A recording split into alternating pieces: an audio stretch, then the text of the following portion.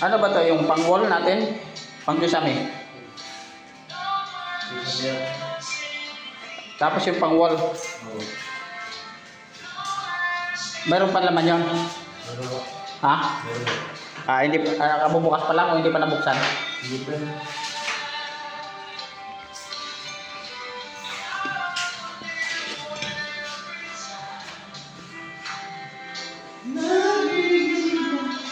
Tapos pagka naano na pirer, ito na lang ba skin coat natin?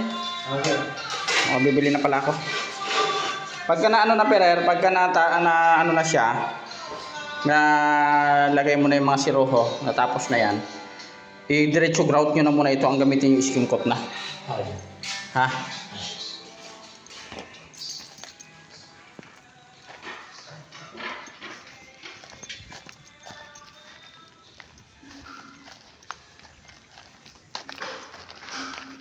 No.